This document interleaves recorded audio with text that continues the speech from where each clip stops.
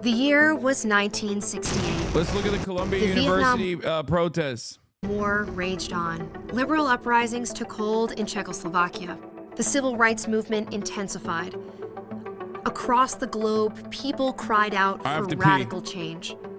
In the U.S., these cries rang out across many college campuses as students pushed for civil rights and demanded an end to the Vietnam War and the draft. These sentiments translated into activism and demonstrations, many of which ended in violence. Such was the case at Columbia University in April 1968.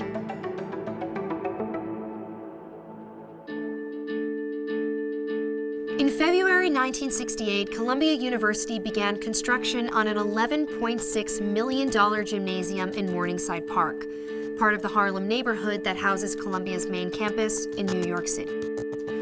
Almost immediately, there was objection. Students and activists argued the gym discriminated against Harlem residents by evicting and displacing them to build the structure.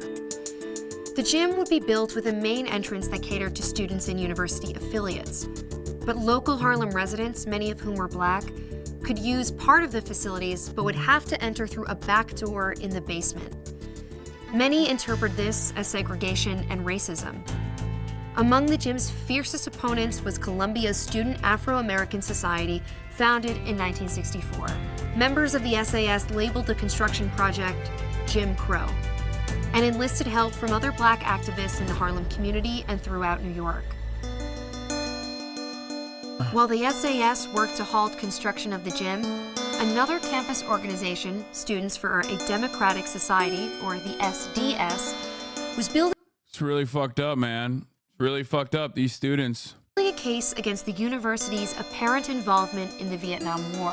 In 1967, one SDS member, Bob Feldman, found documents in the school library showing ties between the university and a think tank involved in weapons research for the U.S. Department of Defense, known as the Institute for Defense Analyses, or IDA. Many saw this as the university directly supporting the war in Vietnam. In the spring of 1968, the SDS, led by then-chairman Mark Rudd, organized a rally against the university. Their rallying cry? Students would not attend a university that exploited Black people and developed weapons designed to kill the Vietnamese. On April 23, 1968, several hundred Columbia students gathered in front of Lowe Memorial Library, the university's main administrative building. They attempted to take their message inside to University President Grayson L. Kirk, but the administration locked the building down. So the group marched to the gymnasium construction site and tore down part of the fencing that surrounded it. The police moved to disperse the crowd, arresting one student in the process. Then protesters staged a sit-in at an administrative building, preventing Dean Henry Coleman from leaving his office. They presented a list of 6 demands. 2 included stopping construction on the gym and severing ties with the IDA. The students promised not to leave until their demands were met. The students eventually released Dean Coleman the next day, but their numbers had grown upwards of 400. They had a hostage. They took over the low. They took a fucking dean hostage, bro. Come on. Come on. Like, the students now, the things that the students now are that are doing, that are protesting against, like, Israel are so much kinder. They are pacifists, okay, in comparison to what these dudes were doing. Library and 3 additional buildings on campus. Students and community members sympathetic to the cause brought. But the dean's different than a janitor, bro. That's bullshit. They didn't fucking keep they did not hold a janitor hostage. That was media propaganda, dude. Get the fuck out of here. Oh yeah, they held the janitor hostage, and then yet the janitor immediately left. How did that happen? Was the janitor how did they hold the janitor hostage? Number 1. Number 2, is he a master of kung fu? Did he actually fight his way out? Is that how he got out? The janitor was there for 10 fucking minutes. You think that was being held hostage or being held back for a brief moment while they set up the fucking protections? Brought food and other supplies. The The university tried to negotiate an end to the standoff over the next several days, but the administration refused to promise amnesty to the protesters, and no agreement was reached. Over the course of the week, the numbers of protesters grew, until finally on April 30th, police, acting on orders from school president Kirk, moved in and forcefully cleared all 5 buildings. Amid the chaos, more than 100 students, faculty members, and police were injured, and 712 students were arrested. Motivated by the actions of the police, Yeah. The fucking thugs broke in and beat the shit out of and violently apprehended students on the same exact day 56 years ago. Or 54? I don't know. I don't know math. I did the math last night on my Instagram story. I think it was 56 years ago. Same exact fucking day 56 years ago, baby.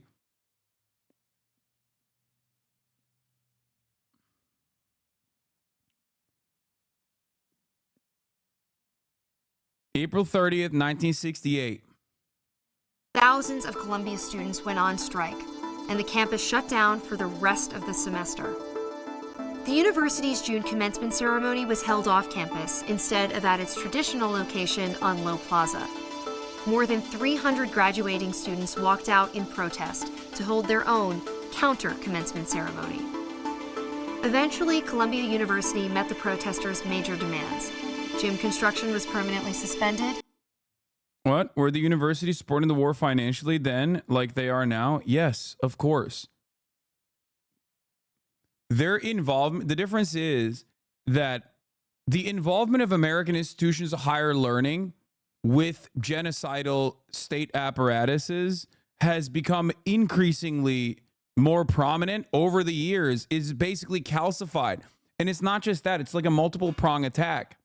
What I mean by this is, like, you have, especially when it comes to Israel, you have a lot of donors who are just very openly like, if you don't fucking do this, if you don't immediately pack up these students, like, I'm just going to not give you millions of dollars any longer. Robert Kraft openly stated, if you don't pack up these fucking kids, okay, in between getting rub and tugs at massage parlors in Florida, Robert Kraft turned around and was like, hold on, I'm jerking my shit off right now by someone who was trafficked. But let me tell you something, okay? Once I'm done getting my shit jerked off, okay, I'm going to fucking come at you real quick, Columbia, with some shit, okay? You better fucking destroy these students. Anyway, yeah, I'm getting my shit zerked off right now. Let me tell you something, okay? Get my shit zerked off. But when I'm done, when I nut, by the time I nut, I better fucking not see a single goddamn pro-Palestinian sentiment being expressed on college campus. That's what he was doing. Okay?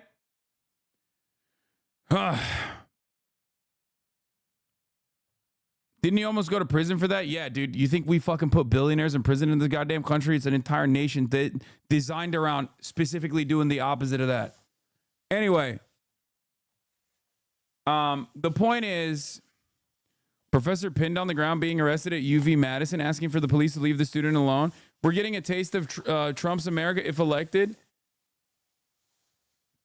It's just cognitive dissonance. I think that's why it's such a common thing for people to say about, like, socialism in action. You know what I mean? Like, they'll just show you, like, obvious instances of capitalism fucking destroying people's lives and then point to it and be like, this is what it would be like if socialism took hold over America. It's like, bro, you're living in the situation. It isn't. We are so far fucking removed from socialism, big dog. Okay, Farley, calm down. Farley!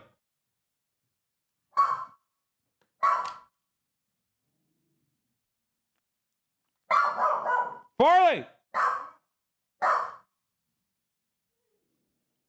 God damn it.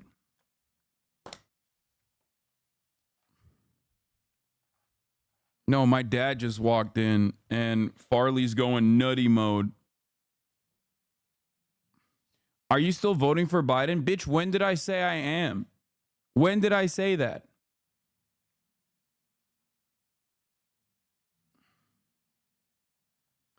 Tell you who I'm not voting for, Donald Trump. Doesn't mean I'm voting for Biden. Hold on, before I forget. I thought a good propaganda framing, Chad and Hasan. Let me know if I'm cooking. You can't protest genocide nowadays with how woke everyone is.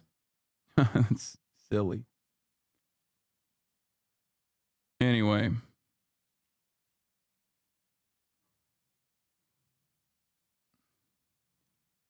I thought Farley and your dad vibed yesterday. They did. But Farley's a bit of a fucking fair weather fan, you know what I mean? He forgets quickly. He has a short he has a short memory. Little man. All right, let's finish this. And the school ended its relationship with the IDA. Columbia also began to revise long-established and long-criticized policies and formed a university senate. And after resisting numerous requests for his resignation, University President Kirk announced his retirement before the beginning of the next school year. In 1968, the Columbia protests were just one example of our nation grappling with injustices at home and abroad. And others caught on. Validated by what many saw as legitimate and successful means of expressing grievances, demonstrations spread to hundreds of schools and cities around the world.